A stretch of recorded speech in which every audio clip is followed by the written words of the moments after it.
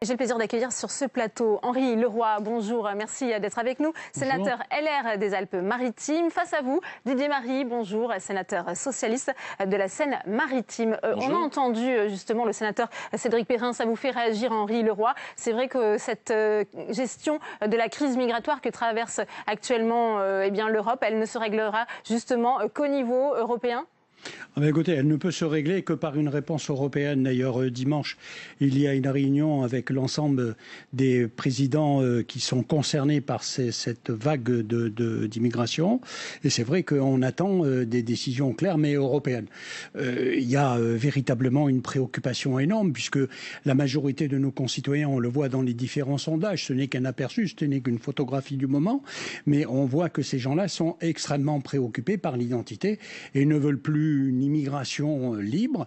Quant aux réfugiés, effectivement, c'est inscrit dans notre Constitution et aucun Français ne va vous dire qu'il n'est pas prêt à tendre la main pour aider quelqu'un qui est maltraité dans son pays. Mais l'immigration clandestine, c'est véritablement un fléau aujourd'hui pour la majorité de nos concitoyens. Est-ce que vous pensez que le projet de loi qui est en examen cette semaine au Sénat, justement, traite bien de ces questions ?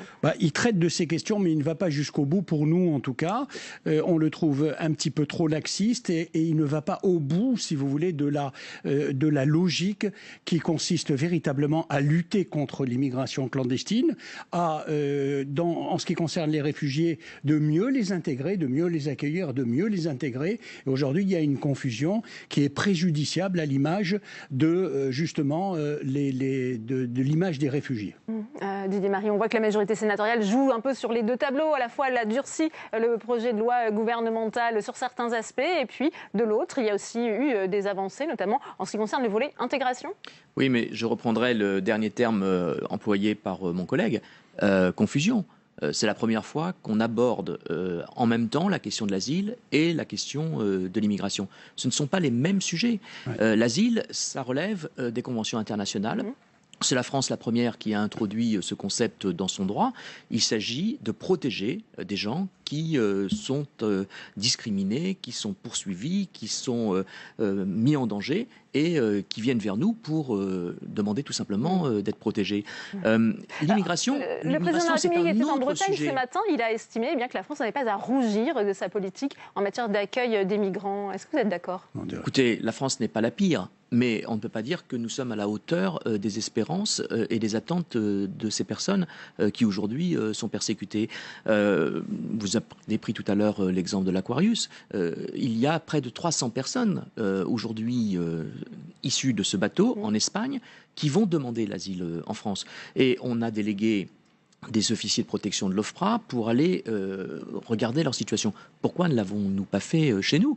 C'est pas le droit maritime qui interdisait d'accueillir ce bateau. Non, c'est une volonté politique et cette volonté politique est à mettre en parallèle avec ce texte qui est effectivement un texte de dissuasion qui vise à ce que les demandeurs d'asile ne viennent pas chez nous mais ailleurs. Et donc c'est partie prenante de l'égoïsme de plusieurs pays européens et ça ne va pas dans le bon sens. Alors avant Henri Leroy de continuer ce débat, on va voir justement ce qui a été adopté hier soir par la majorité sénatoriale, notamment le maintien à 30 jours du délai de recours devant la Cour nationale du droit d'asile en cas de rejet d'une demande d'asile. C'est une position qui a d'ailleurs été saluée à gauche alors que le gouvernement veut la réduire à 15 jours. Explication, Léa Lecouple.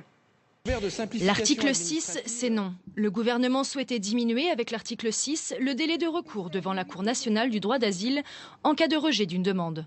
Pour l'exécutif, c'était un moyen de s'aligner sur le droit européen. 16 pays de l'Union européenne sur 28 ont un délai qui est inférieur ou égal à 15 jours.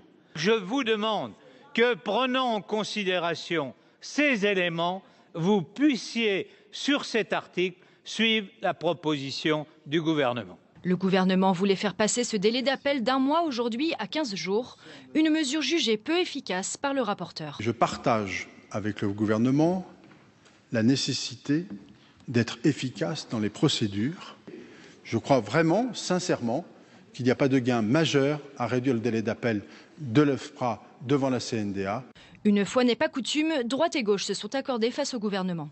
Je salue l'initiative de notre commission des lois. Et je conclus, Monsieur le ministre, pour dire que le demandeur d'asile n'attend pas en premier lieu une réponse rapide. Ce qu'il attend, c'est d'abord une réponse juste et adaptée à sa demande. Reste que la décision de la Commission fait exception au regard de la position de dureté adoptée par le Sénat depuis le début de l'examen de la loi. Henri Leroy, on a entendu le rapporteur, le sénateur LR François-Noël Buffet. C'est au nom de l'efficacité que le Sénat, que la droite sénatoriale a voulu revenir sur cette question du délai. Revenir, non. En fait, on a souhaité maintenir le délai d'1 mois, qui est un délai raisonnable pour traiter le sujet. 15 jours, ça nous paraît extrêmement court. Et c'est la preuve que nous ne sommes pas doctrinaires et qu'on ne va pas aller vers la dureté si ça peut servir effectivement le demandeur.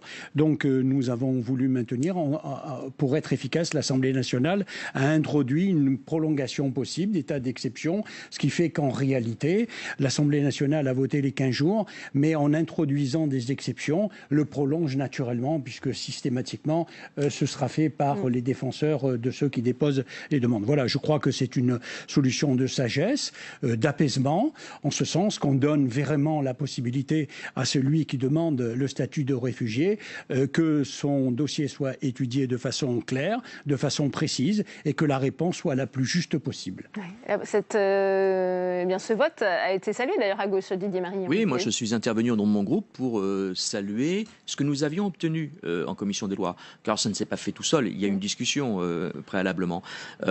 C'est l'une des mesures positives du texte au Sénat. Pour le reste, sur tous les sujets, il a été durci.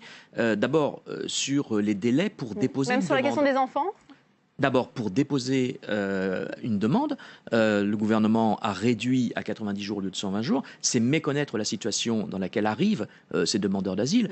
On parlait tout à l'heure de l'Aquarius. Ces personnes ont besoin d'un délai de répit, ont besoin de se reconstituer. Aujourd'hui, Didier Marie, on sait que parfois ça prenait 14 mois justement, l'examen, l'instruction de tous ces dossiers. Oui, mais grâce à la loi qui avait été adoptée en 2015 et dont les effets ne font que de ressentir actuellement, on est passé à 11 mois. Il y a plus de moyens à l'OFPRA, il y a plus de moyens à la CNDA, il y a plus de moyens dans les préfectures. Tout ça a été décidé par les gouvernements précédents. C'est une bonne chose, ça avance. Donc il fallait déjà pouvoir évaluer les conséquences de cette loi de 2015. Cette loi actuelle est précipitée et est inutile. Et donc nous, ce que nous disons aujourd'hui, c'est que la droite effectivement a durci ce texte qui était déjà très dur en provenance de l'Assemblée nationale. Elle l'a durci parce que c'est maintenant plus difficile d'avoir un interprète, c'est plus difficile parce qu'on a imposé la vidéosurveillance, c'est plus difficile parce que les délais sont plus courts, et on rend la vie du demandeur d'asile plus difficile. Et moi, ce qui m'inquiète beaucoup, c'est l'amalgame qui est fait entre ces demandeurs d'asile qui ont besoin d'une protection internationale et l'immigration, y compris irrégulière, qu'il faut traiter différemment. Sur ce point, juste un point, rapidement, la difficulté aujourd'hui de la France, c'est qu'elle n'obtient pas les laissez-passer consulaires pour ramener les gens en situation irrégulière. Là, il y a eu des propositions de la droite sénatoriale, encore une fois, pour que les États soient davantage coopératifs en matière de visa consulaire, puisque cette mesure n'a pas été retenue, mais il y avait la proposition de la Commission des lois que les déboutés du droit d'asile aient obligation de quitter le territoire français. Quand mon collègue socialiste dit que effectivement ça n'a pas été facile de négocier sur le délai de 30 jours qui a été ramené, sachez que dès le départ, effectivement, François-Noël Buffet, qui connaît parfaitement le sujet avec la commission des lois et dans le groupe majoritaire, on a envisagé effectivement de ramener à 30 jours. Ça, c'est le premier point qui a été traité très rapidement pour véritablement donner la chance aux réfugiés. Ce n'est pas, si vous voulez, une interférence d'une quelconque tendance politique qui nous a amené à reprendre le délai de 30 jours. C'est uniquement dans le côté humanitaire. Mais très sincèrement, ce qu'on durcir, est-ce que l'une des mesures phares, c'est de demander au Parlement de faire un débat pour véritablement fixer l'immigration dont nous avons besoin, les pays anglo-saxons. Par quota, le terme quota n'est peut-être pas forcément bon, mais c'est les besoins exprimés. C'est la demande de Roger Carucci, notamment dans la loi de finances depuis plusieurs années. Par quota. Moi, je viens d'Océanie, j'ai été en Océanie, j'ai vu l'Australie, comment ils traitent.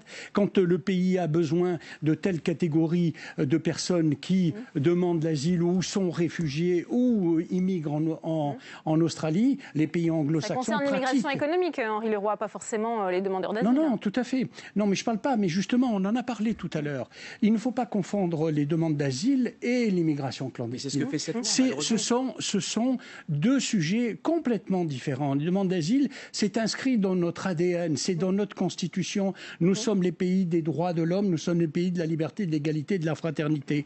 On parle de l'immigration clandestine. Ne confondez pas les deux. Et malheureusement, même les médias confondent les deux, quoi.